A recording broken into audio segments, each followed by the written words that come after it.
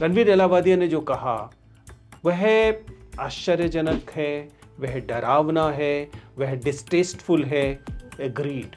लेकिन उसके बाद क्या होता है?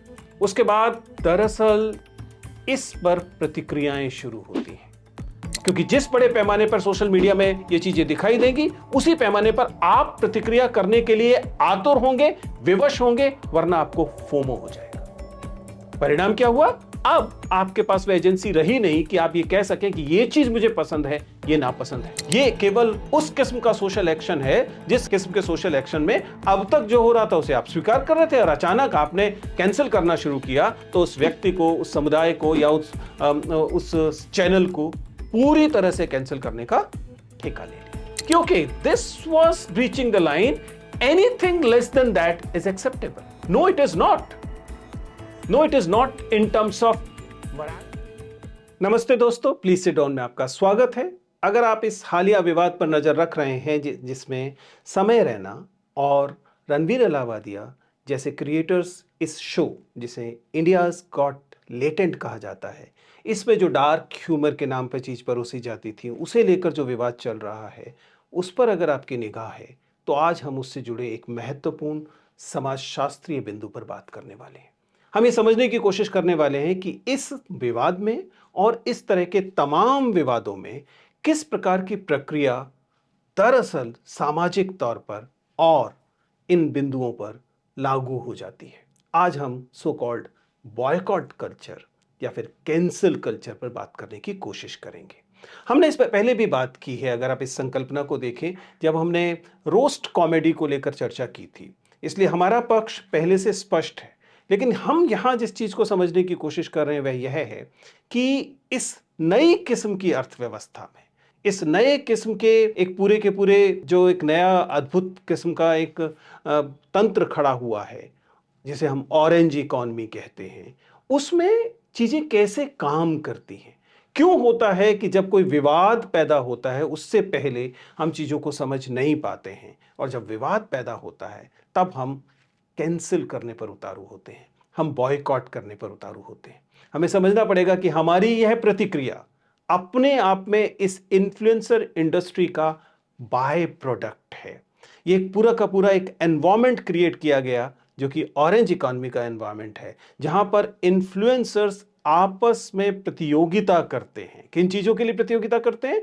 क्लिक्स के लिए, लाइक्स के लिए, शेयर्स के लिए, व्यूअरशिप के लिए। इस किस्म के हाइपर कॉम्पिटिटिव वर्ल्ड में दरअसल होता यह है कि everybody is tempted to do or say something, ऐसा कहना जो कि सेंसेशनल हो, जो कि अलग दिखाई दे, और इसका स्वाभाविक रूप से परिणाम यह होता है कि सब हमेशा चीजें आपके नियंत्रण में नहीं रहती और फिर उस दिशा में चली जाती हैं जिस दिशा में पब्लिक, आम जनता इस चीज को लेकर बहुत ज्यादा जागरूक हो जाती है, बहुत ज्यादा सक्रिय हो जाती है, बहुत ज्यादा फिर प्रतिक्रियाएं करने लगती है। अगर हम इस पूरी की पूरी घटना को देखें तो हुआ क्या? समय रैना जो है, उनका एक शो है, जिस शो का नाम हमने बताया इंडियाज गॉट लेटेंट है। आप में से कुछ लोगों ने शायद उसे पहले भी देखा होगा। ये एक किस्म का डार्क ह्यूमर कॉमेडी किस्म की चीज है, जिसमें डेलिबरेटली किया ये जाता है कि टैबूज पर बातचीत की जाएगी, सेंसिटिव मुद्दों पर बातचीत की जाएगी और उसे डार्क ह्यूमर के नाम पर परोसा जाएगा। बड़े पैमाने पर उसमें हमें देखने को मिलता है जिसे हम रोस्ट कहते हैं, उसका अगला चरण, वह चरण जिसमें कि उन मुद्दों, उन टैबूज के आधार पर रोस्ट किया जाता है जिन्हें लेकर संवेदनशीलता बहुत ज्यादा है। और इसका परिणाम फिर क्या होता है? इसका परिणाम होता है कभी कभी चीजें आउट ऑफ कंट्रोल जाती हैं। रणवीर अलाहाबादिया ने जो कहा वह आश्चर्यजनक है, वह डरावना है, वह डिस्टेस्टफुल है, एग्रीड। लेकिन उसके बाद क्या होता है?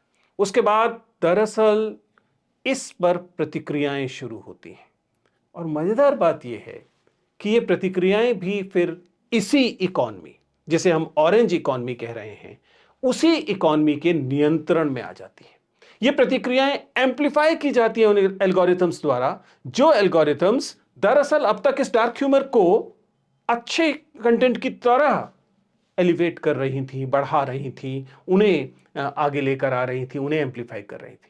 यानी कि वही एल्गोरिथम जो कल तक इस शो को एम्पलीफाई करती थी, अब वही एल्गोरिथम इस ऑरेंज इकॉनमी में इस प्रतिक्रिया को, इस घृणा को, इस निंदा को एम्पलीफाई करने लगती है।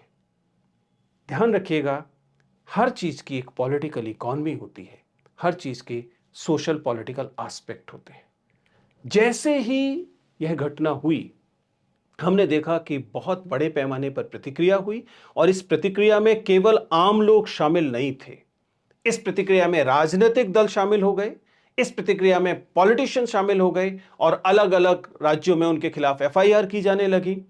जाहिर है कि कानून को अपना काम करना है, लेकिन यह भी समझना पड़ेगा कि इसका अर्थ यह हुआ कि राज्य के पास, सरकार के पास आईटी एक्ट को लेकर और ज्यादा दांत और ज्यादा उनके हाथ में ताकत देने का काम इसके माध्यम से होने की आशंका आ गई। यह कुल मिलाकर एक ऐसी चीज जो कि दरअसल इस वजह से पैदा हुई क्योंकि इन्फ्लुएंसर्स दूसरे इन्फ्लुएंसर्स के साथ प्रतियोगिता कर रहे हैं, ज्यादा व्यूज के लिए प्रतियोगिता कर रहे हैं, ज्यादा लाइक्स के लिए कर रहे हैं और एक तरह का कॉम्पिटिटिव इकॉनमी तैयार हो रही है। कुल मिला के उद्देश्य है वायरल होना। अब चूंकि ये जो वायरलिटी की कामना है, ये अब उस पैमाने पर पहुंच चुकी है जिसमें कि एल्गोरिथम्स को क्रैक करने की कोशिश की जाती है। ये एल्गोरिथम क्या करती है? ये एल्गोरिथम कुछ तरह के कंटेंट को कुछ अन्य किस्म के कंटेंट की तुलना में ज्यादा महत्व देती है।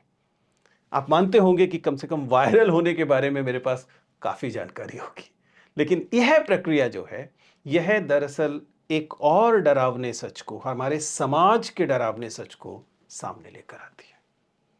जरा इस डबल स्टैंडर्ड को समझने की कोशिश करें कि हमारा पब्लिक आउटरीच किन चीजों पर इतना उभर कर आता है और किस अन्य चीजों पर वह शांत हो जाता है।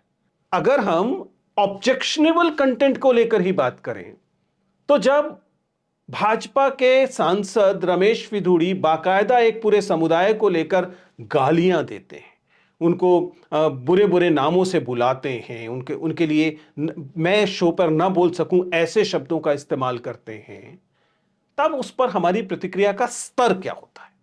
क्या हम उस पैमाने पर प्रतिक्रिया कर पाते हैं? क्या वास्तव में प्राइम टाइम में उन चीजों पर चर्चा होती है? क्या वास्तव में उनको सैंक्शन किया जाता है?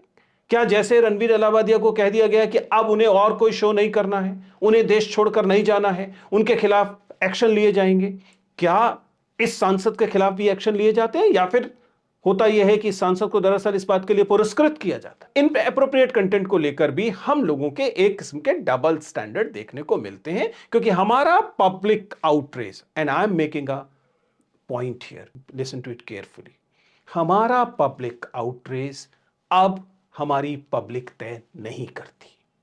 अब हमारा पब्लिक आउटरीच इसी ऑरेंज इकॉनमी की एल्गोरिथम्स तय करती है।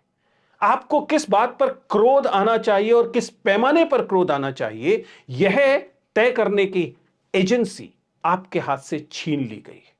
क्योंकि जिस बड़े पैमाने पर सोशल मीडिया में ये चीजें दिखाई देंगी, उसी पैमाने पर आप प्रतिक्रिया करने के लिए आतुर होंगे, विवश होंगे, वरना आपको फोमो हो जाएगा। परिणाम क्या हुआ? अब आपके पास वह एजेंसी रही नहीं कि आप ये कह सकें कि ये चीज मुझे पसंद है, ये नापसंद है, इसे मैं स्वीकार करता हूं, इसे मैं अस्वीकार करता हूं। क्यों? क्योंकि अब आप ये तय नहीं कर रहे, एल्गोरिथम्स, ऑरेंज इकॉनमी की एल्गोरिथम्स ये तय करने लगी। And that is what the problem is. You are losing the agency to agree, disagree, like, dislike. You are losing your agency to have positive intervention in democracy. And this is what a serial problem. अगर आप broader social context में देखें तो इस वाली घटना को हम छोड़ देते हैं। इससे पहले जो कंटेंट इस शो में दिखाई देता था, क्या आप उस कंटेंट को लेकर वास्तव में एक्सेप्टेबिलिटी, स्वीकृति की सीमा पर थे? आप केवल इसे एक थिन लाइन को ब्रीच करना भर मानते हैं? क्या आप वाकई नहीं मानते कि जिन कंटेंट को अब तक दिखाया जा रहा था, उस कंटेंट को भी उतनी अहमियत दर्शकों द्वारा नहीं दी जानी चाहिए थी, उतनी लोकप्रियता दर्शकों द्वारा नहीं दी जानी चाहिए थी, उतना ज्यादा वैलिडेशन आप लोगों द्वारा नहीं दिया जाना चाहिए था जितना दिया गया? क्योंकि इन सारे वीडियोस के डिलीट होने से पहले तक लगभग हर वीडियो ट्रेंडिंग वीडियो होता था। इसका मतलब हमने एज ऑडियंस उन्हें उस पैमाने की वैलिडेशन दी कि वे लार्जर देन लाइफ हो सके, उन्हें लगने लगा that they can say anything, they can breach the lines they actually breached. और ये इसके लिए इसका दोष उनसे ज्यादा उन लोगों का हुआ जिन्होंने उन्हें लार्जर देन लाइफ बनाया। एंड दिस प्लीज अंडरस्टैंड कि नॉर्मली इस पर आने वाली प्रतिक्रियाएं एक तरह के इको चैम्बर्स का भी निर्माण करती है।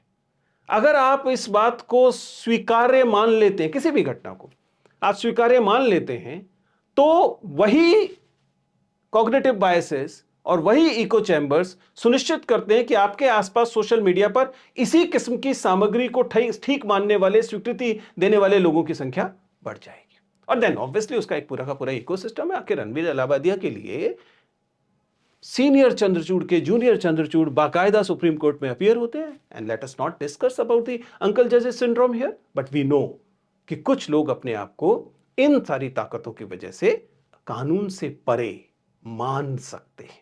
ये उसी वैलिडेशन से पैदा होता है जो वैलिडेशन हमने डिस्प्रपोर्शनेटली इनको दिया। So ultimately in this power dynamics you as audience need to claim your power, because role of audience is highly diminishing now. Their role has become to consume the content which is being given to them through algorithms, and their own agency is diminishing day by day, singularly as well as collectively. और ऐसे में फिर आपके पास क्या विकल्प रह जाता है? आपके पास विकल्प रह जाता है बॉयकॉट। रोचक बात है, ऐतिहासिक तौर पर बॉयकॉट एक शानदार पॉलिटिकल टूल रहा है। ये वही पॉलिटिकल टूल है जो असहयोग आंदोलन में दिखाई देता है, जो सविनय अवज्ञा आंदोलन में दिखाई देता है। क्या वास्तव में आज जिस किस्म का बॉयकॉट हम करने की मांग कर रहे हैं उसे आप एक तमीजदार पॉलिटिकल एक्शन मानते हैं? नहीं, ये केवल उस किस्म का सोशल एक्शन है जिस किस्म के सोशल एक्शन में अब तक जो हो रहा था उसे आप स्वीकार कर रहे थे, और अचानक आपने कैंसिल करना शुरू किया तो उस व्यक्ति को, उस समुदाय को या उस चैनल को पूरी तरह से कैंसिल करने का ठेका ले लिया। इससे स्वाभाविक है कि एक किस्म की हिपोक्रेसी दिखाई देती है कंजम्पशन में, कि अब तक आप उन्हें ट्रेंडिंग बनाते थे और आज अचानक आप कहते हैं कि नहीं, कैंसिल देम, उनको डिलीट कर दो, उनको फांसी पे चढ़ा दो, उनके साथ डिस्प्रपोर्शनेटली आप तय करने लगे कि क्या उनके साथ किया जाना चाहिए। आई एम नॉट सेइंग कि लॉ को अपना काम नहीं करना चाहिए, लेकिन ध्यान रखिएगा, it's a matter of public morality, it is also a matter of public rights. जैसे ही आप राज्य को, जैसे ही आप सरकारों को यह तय करने का हक देते हैं कि आपको क्या पसंद आना चाहिए, क्या ना पसंद आना चाहिए, सरकारों को यह तय करने का हक देते हैं कि किसे नैतिक किसे अनैतिक माना जाना चाहिए, तुरंत हम एक ऐसे स्लिपरी स्लोप पर जाते हैं जिसका फिर कोई अंत नहीं। फिर वो आईटी एक्ट इस्तेमाल होगा इस बात के लिए कि डॉक्टर विजेंद्र चौहान अपने वीडियोस में क्या बोलते हैं, कहीं सरकार के खिलाफ तो नहीं बोलते, वे रवीश कुमार क्या बोलते हैं, संकेत क्या बोलते हैं, या अन्य लोग क्या बोलते हैं। And it's a slippery slope. आपने एक बार यह हस्तक्षेप करने का हक दिया, जैसा कि नए ब्रॉडकास्ट बिल में देखने को मिल रहा था, तो इसका मतलब होगा कि ये फिर इसका कोई अंत नहीं होने वाला है। और इसलिए आपको उसको नीति के स्तर पर समझना पड़ेगा। लीगल प्रोविजन बिल्कुल ठीक है, हम जानते हैं कि 153A है, 295A है, 298 है जो पुराना इंडियन पेनल कोड था, और उसके समतुल्य नई जो BNS है उसमें भी धाराएं हैं। लेकिन we need to be consistent, we need to be consistent in expressing what is acceptable to us and what is not acceptable to us. And is the outreach enough? आपको पता लगा कि ये आप इस बात से असहमत हैं, आपने एक ट्वीट कर दिया, आपने इसकी आलोचना करने वाली किसी चीज को लाइक कर दिया, शेयर कर दिया, and your responsibility finishes. Will that work? क्या वास्तव में ऐसा नहीं होगा कि यह भी एक माध्यम बन जाएगा और it will create a new normal?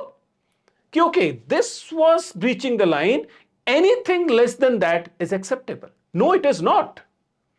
No, it is not in terms of morality, but also it is not because हमें कितना और कैसा कंटेंट कंज्यूम करना चाहिए इसकी एजेंसी हमारे ही पास होनी चाहिए। और इनमें से बहुत सारी चीजें ऐसी हैं जो कि जो कि शायद हमारी पसंद से, हमारी रुचि से, हमारी इच्छा से तय नहीं हो रही हैं, हमारी कॉन्शियस चॉइस से तय नहीं हो रही। हालांकि इसमें कुछ महत्वपूर्ण बातें जरूर निकल कर आती। जब आम जनता बहुत बड़े पैमाने पर लोगों को वैलिडेशन देकर, पॉपुलैरिटी देकर ज्यादा लार्जर देन लाइफ बनाती है, तो ये लोग जो कि पब्लिक फिगर हैं, जिनके मिलियन सब्सक्राइबर हैं, जिनके मिलियन शेयर्स होते हैं या लाइक होते हैं या व्यूज होते हैं, क्या उनकी अकाउंटेबिलिटी उसी अनुपात में है या नहीं है? यानी मुद्दा यह है कि हमने, आम जनता ने अपनी लोकप्रियता देकर, अपना समय देकर, अपना वैलिडेशन देकर जिन लोगों को इन्फ्लुएंसर, सेलिब्रिटी, इलेक्टेड रिप्रेजेंटेटिव बनाया, क्या उनसे ज़्यादा जवाबदेही की मांग करना हमारा हक है या नहीं? ज़्यादा छोड़िए, कम से कम बराबर जवाबदेही की मांग करना हमारा हक है कि नहीं? क्या जिन लोगों को हमने नेता बनाया, इन्फ्लुएंसर बनाया, सेलिब्रिटी बनाया, उनसे ये मांग करना कि आप सांप्रदायिक विद्वेष नहीं फैलाएंगे, क्या हमारे पास ये हक बचा है कि नहीं? और इसके लिए आपको उस तरफ जाना पड़ेगा जिसे हम कहते हैं अटेंशन लिटरेसी। आप जो सबसे कीमती चीज आज के वक्त में किसी को दे सकते हैं, वो पैसा नहीं है, वह समय भी नहीं है, वह दरअसल अटेंशन है। जब आप अपना ध्यान, अपनी अटेंशन किसी को देते हैं, तब दरअसल आप उस कंटेंट को वैलिडेट कर रहे होते हैं, क्योंकि एल्गोरिथम्स आपकी इस अटेंशन का इस्तेमाल करती हैं और इस कंटेंट को और ज्यादा लोगों तक पहुंचाने की कोशिश करते हैं। That's why I been saying it from day one, please use your attention wisely. It's a very very valuable commodity. इसको बहुत ध्यान से इस्तेमाल कीजिए। आप किस क्रिएटर को देने वाले हैं, आप किस कंटेंट को देने वाले हैं, आप किस किस्म के चैनल को देने वाले हैं, यह सुनिश्चित कीजिए कॉन्शियसली, फ्री चॉइस से। खुद किसी अन्य को यह तय मत करने दीजिए। उससे आप फॉल्स गॉड्स खड़ा करने से बचेंगे, आप नकली किस्म के देवताओं को तैयार करने से बचेंगे। आप उस कंटेंट की भी मदद कर रहे होंगे जिस कंटेंट को अटेंशन मिलनी चाहिए थी, लेकिन इसलिए नहीं मिल पाई क्योंकि हम इस किस्म के कंटेंट को ज्यादा अहमियत दे रहे थे। इसके लिए आपको अटेंशन लिटरेसी और मीडिया लिटरेसी की जरूरत है। हालांकि यह भी ध्यान रखिएगा, कोई कलाकार जब किसी भी किस्म की चर्चा करता है, हो सकता है कि वो एक स्थान पर, दूसरे स्थल पर किसी लाइन को क्रॉस कर रहा हो। आप ऐसे में आपकी प्रतिक्रिया या उसके खिलाफ होने वाली कार्रवाई प्रोपोर्शनेट होने की जरूरत है। न्याय की मांग ये कहती है, हमारा नेचुरल जस्टिस ये कहता है कि आप सजा जो देंगे वो प्रोपोर्शनेट देंगे और ड्यू प्रोसेस ऑफ लॉ के साथ देंगे। आप जब गैर अनुपातिक तौर पर प्रतिक्रिया करते हैं, तब दुर्भाग्य से इस गैर अनुपातिक प्रतिक्रिया को भी यह ऑरेंज इकोनॉमी एक किस्म का वैलिडेशन मानती है और उसे और ज्यादा प्रमोट करती है। और इसकी आड़ में कई महत्वपूर्ण चीजें जिन पर अटेंशन मिलनी चाहिए थी, जिस पर आउटरेज होना चाहिए था, जिस पर आपका क्रोध आना चाहिए था, वो इग्नोर होकर निकल जाती। आप चूंकि रणवीर अलाहाबादिया पर लगातार ध्यान दे रहे थे, इसलिए वो जो बेड़ियों में और हथकड़ियों में बांधकर भारतीयों को भेजा जा रहा था, आपने उस पर पर्याप्त प्रतिक्रिया नहीं दी। आपने रणवीर अलाहाबादिया की वजह से उन लोगों को पर्याप्त प्रतिक्रिया नहीं दी जिनकी वजह से दिल्ली रेलवे स्टेशन पर इतने सारे लोग मारे गए या फिर कुंभ में लोग मारे गए। एक तमाम चीजें जहां पर आपकी प्रतिक्रिया की आवश्यकता थी, आपकी अटेंशन की आवश्यकता थी, आपकी हस्तक्षेप की आवश्यकता थी, वो आप हस्तक्षेप करने का हक आपसे इसलिए छीन लिया गया क्योंकि आपको किसी क्रिएटर पर प्रतिक्रिया करनी थी, क्योंकि उसी क्रिएटर की प्रतिक्रिया को ही एम्पलीफाई किया जा रहा था। तो आपका बॉयकॉट कल्चर, आपका कैंसिल कल्चर दरअसल आप ही के हितों के खिलाफ इस्तेमाल हो जाता है। बॉयकॉट हमेशा से एक पावरफुल टूल रहा है, बशर्ते उसे पॉलिटिकल एक्शन की तरह किया जाए, रिफॉर्मेटिव एक्शन की तरह किया जाए। लेकिन जब आप उसे कैंसिल कल्चर की तरह इस्तेमाल करना शुरू करते हैं, तो वो डिविसिव रिएक्शनरी बिहेवियर के लिए एक कैटलिस्ट बन जाता है। ध्यान रखिएगा, जब आपकी हिंसा या आपकी घृणा इतनी आसानी से उद्बुद्ध की जाने वाली बन जाती है, तब किसी के भी खिलाफ उसे इस्तेमाल किया जा सकता है। अगर सत्ता यह तय करना चाहती है कि आपकी हिंसा का इस्तेमाल चंद क्रिएटर्स के खिलाफ किया जाना है, तो वही सत्ता कल को तय कर सकती है कि यह किसी समुदाय के खिलाफ किया जाना है, और आप अचानक दंगाई हो जाते हैं। इसलिए किस पर क्रोध रखना है, इसे लेकर आपको विवेकशील होना है। हमारे यहां इन इमोशंस को, क्रोध को, उत्साह को रौद्र रस में या वीर रस में समझा जाता है, और वहां इस बात को बार बार कहा जाता है कि क्रोध उदात्त है यदि वह सुधार के लिए है। लेकिन क्रोध अगर वास्तव में किसी अन्य द्वारा उद्भूत किया जा रहा है, घृणा के लिए उद्भूत किया जा रहा है, तब वह उदात्त नहीं है, वो वीरता का द्योतक नहीं है, वह दरअसल आपके गुलाम होने का द्योतक हो जाता है। इसलिए कैंसल कल्चर मुझे नहीं लगता कि वास्तव में व्यापक हित में है। ये एक यूट्यूब इन्फ्लुएंसर के खिलाफ हो, ये किसी राजनीतिक व्यक्ति के खिलाफ हो, किसी एकेडमिक व्यक्ति के खिलाफ हो, या किसी के भी खिलाफ हो, आपको चैनलाइज करनी है अपनी एनर्जी, चैनलाइज करनी है अपनी अटेंशन, तब शायद हम शुभ की तरफ जाएंगे।